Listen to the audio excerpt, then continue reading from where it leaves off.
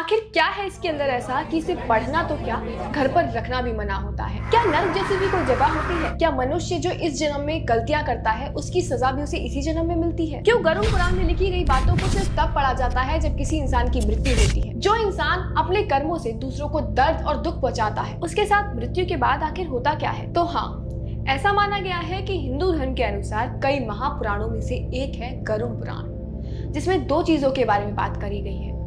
कुछ ऐसे लोगों के बारे में जिन्होंने अपने मानव जीवन में हमेशा अच्छे कर्म किए हों, उनके इनामों के बारे में। तो वहीं इसमें दूसरी ओर बात की गई है कुछ ऐसे लोगों के बारे में जिन्होंने अपने मानव जीवन में हमेशा पाप किए हों और उन्हें माफ नहीं किया जा सकता, उनकी भयानक सजाओं के बारे में। स्वर्ग और नर्क आखिर है क्या, इसका असली मतलब क्या होता है? आज की इस वीडियो में मैं आपको बताने वाली हूँ इसके बारे में विस्तार से, क्योंकि मैं बताऊंगी गरुड़ पुराण में ऐसा क्या है कि लोग इसे पढ़ने से कतराते हैं।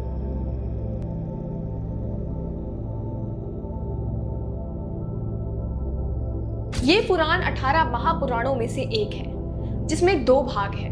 पहला भाग कहता है पूर्व खंड, जिसमें बात की गई है विष्णु भगवान की भक्ति के ऊपर, जैसे मेडिटेशन, योग और डीप नॉलेज के बारे में। तो वहीं दूसरी ओर है उत्तरखंड, जिसमें सिर्फ राक्षस युग और मृत्यु के बारे में बताया गया है। इस पुराण में लिखा है कि चित्रगुप्त के पास हर इंसान के पाप और पुण्य का लेखा जोखा होता है, जिसके बारे में उनकी सभा में बहुत ही गहरी चर्चा की जाती है। उसके ऊपर डिसाइड किया जाता है कि उस इंसान के पापों की सजा क्या होने वाली है। यमराज की सभा में जाने के 4 द्वार होते हैं। पहला द्वार पूर्व द्वार। ये रास्ता उन लोगों को मिलता है जिनका दिल बहुत ही साफ सुथरा होता है, क्योंकि इस रास्ते पे खूबसूरत फूल, चारों ओर अमृत और हंस होते हैं। ये रास्ता बहुत ही ज्यादा खूबसूरत और मन को भाने वाला होता है। दूसरा द्वार होता है उत्तर द्वार। ये रास्ता उनको दिया जाता है जिन्होंने अपने जीवन में दान पुण्य किए हों या फिर उनकी मृत्यु किसी मंदिर या तीर्थ स्थल पे हो। तीसरा होता है पश्चिम द्वार। ये रास्ता पूरी तरह सोने और हीरे के आभूषणों से भरा होता है और ये रास्ता उन लोगों को दिया जाता है जो साधु संत होते हैं और उन्होंने मानव जीवन में मोह माया का त्याग किया हो। इन तीनों रास्तों पर जाने वाले लोगों को किसी भी चीज का भय नहीं होता, क्योंकि उन्हें पूरी तरह सुख सुविधाएं दी जाती है। ये सफर तय करने के बाद उनकी मुलाकात होती है धर्मराज से, जो उन्हें आगे की यात्रा पर ले जाते हैं। ये तो बात रही उन लोगों के बारे में जिन्होंने अपने लाइफ में अच्छे कर्म किए हों, पर अब बात करते हैं उन लोगों के बारे में जिन्होंने अपने मानव जीवन में हमेशा लोगों को दुख पहुंचाया हो और पाप किए हों। उनके लिए चुना जाता है दक्षिण द्वार। दक्षिण द्वार के दूसरी ओर इनकी सजाओं के फल इनका इंतजार कर रहे होते हैं, जहां वो मिलते हैं धर्मराज के भयानक और भयावह रूप से। इस पुराण में 28 अलग अलग भयानक और दर्दनाक सजाओं का उल्लेख है, जहां 5 सजाओं के बारे में डिटेल से बताया गया है। पहली सजा है तमिस्परम, भयानक चाबुक मार। ये सजा उन लोगों को दी जाती है जिन्होंने अपने मानव जीवन में दूसरों की संपत्ति चुराई हो। यमदूत उन्हें बांधकर तमिस्परम नरक भेजते हैं, जहां उनको चाबुक और दंडों से इतना मारा जाता है कि उनका शरीर पूरा छिल जाए और खून ना निकल जाए, और तब तक मारा जाता है जब तक वो लोग बेहोश न हो जाए। फिर जैसे तैसे ये लोग बेहोश होकर वापस उठते हैं। ये सब चीजें उनके साथ रिपीट की जाती हैं और तब तक की जाती हैं जब तक उनकी पापों की सजा पूरी न हो जाए। दूसरी सजा है कुम्भीपाकम, मतलब जला देना। ये सजा उन लोगों को दी जाती है जिन्होंने अपने फायदे के लिए दूसरों का नुकसान पहुंचाया हो या फिर उन्हें दर्द दिया हो।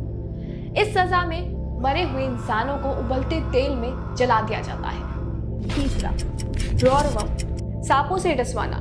दूसरों को धोखा देने वाले इंसान को कभी भी बख्शा नहीं जाता, फिर चाहे वो छल किसी भी तरह का हो। ऐसे लोगों को रौरवम के नरक में भेज देते हैं, जहां उन्हें जलते हुए कोयले से भरी जमीन पर फेंक दिया जाता है और यहाँ पर अपनी जान बचाने के लिए वो लोग इधर उधर भागने लगते हैं और सैकड़ों जीव जैसे सांप, मच्छर, बिच्छू उनके शरीर को डसते हैं। चौथी सजा है प्राणदोष, यानी कि शरीर के बहुत सारे टुकड़े कर देना। ये उनके साथ किया जाता है जिन्होंने अपने मानव जीवन में जानवरों का शिकार किया हो या फिर उन्हें खाया हो। इस सजा में उनके शरीर के बहुत सारे टुकड़े किए जाते हैं और फिर से उन्हें जोड़ा जाता है, और फिर से जब वो शरीर दोबारा से रिकवर होता है, उनके शरीर को दोबारा से टुकड़ों में तोड़ दिया जाता है, और ये सिलसिला कई हजार सालों तक चलता है। 5वीं सजा का नाम है कपनाभूति, यानी कि जला देना। जो लोग नाजायज रिश्ते बनाते हैं या फिर अननेचुरल सेक्सुअल एक्टिविटीज करते हैं, उनको जला देते हैं और उनको बांधकर दहकती हुई जमीन में, यानी अंगारों से भरी जमीन पर फेंक दिया जाता है और धीरे धीरे उनका शरीर पिघल जाता है। फिर दोबारा जब रिकवर होता है तो उनके साथ फिर से यही किया जाता है। जब इंसान की मृत्यु होती है तो उसके शरीर से आत्मा अलग हो जाती है और उसके सारे सेंसेस काम करना बंद कर देते हैं। उसे लोक और परलोक एक साथ दिखने लगते हैं। लेकिन जब शरीर से आत्मा अलग होती है तो इंसान को इतना दर्द होता है जितना 40,000 बिच्छुओं के डंक मारने के समय होता है। मृत्यु के समय इंसान की आत्मा को ले जाने के लिए यम के 2 दूत आते हैं। इन दूतों का रूप इतना डरावना और भयानक होता है जैसे काला रंग, खून से भरी लाल आंखें।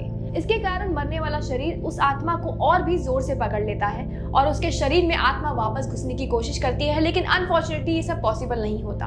यमदूत ने उसकी आत्मा को कसकर रस्सियों से पकड़ा हुआ होता है और काफी प्रयासों के बाद आत्मा रोने लगती है और फिर उसके शरीर से आत्मा अलग हो जाती है। उसके बाद यमदूत उस आत्मा को यमलोक ले जाते हैं और फिर यहाँ से शुरू होता है पाप और पुण्य का सफर। जिस इंसान ने अपने जीवन में अच्छे काम किए होते हैं उसकी यात्रा बहुत ही सुखद और आसान होती है, लेकिन जिस इंसान ने अपने मानव जीवन में पाप किए हो उसकी यात्रा का हर एक सेकंड दुख और पीड़ा से भरा होता है। उसे कुल रास्ते में 16 स्टेशन पार करने होते हैं और उसके बाद उसे कौड़े मार मार कर उसके पापों के बारे में याद दिलाया जाता है और रास्ते में बर्फीली हवाएं, आग की बारिश और घने जंगलों का सामना भी करना पड़ता है। इन सभी सजाओं का मकसद सिर्फ इतना होता है कि इस आत्मा के पिछले कर्मों से उसे फ्री कर दिया जाए और शुद्ध किया जाए ताकि वो सारी बॉडी अटैचमेंट से फ्री हो जाए और फिर शुरू होती है उसके पुनर्जन्म की प्रक्रिया। गरुड़ पुराण में भगवान विष्णु कहते हैं कि जिस तरह इंसान कपड़े बदलता है उसी तरह आत्मा भी शरीर बदलती है, लेकिन मनुष्य का जीवन मिलना इतना आसान नहीं होता।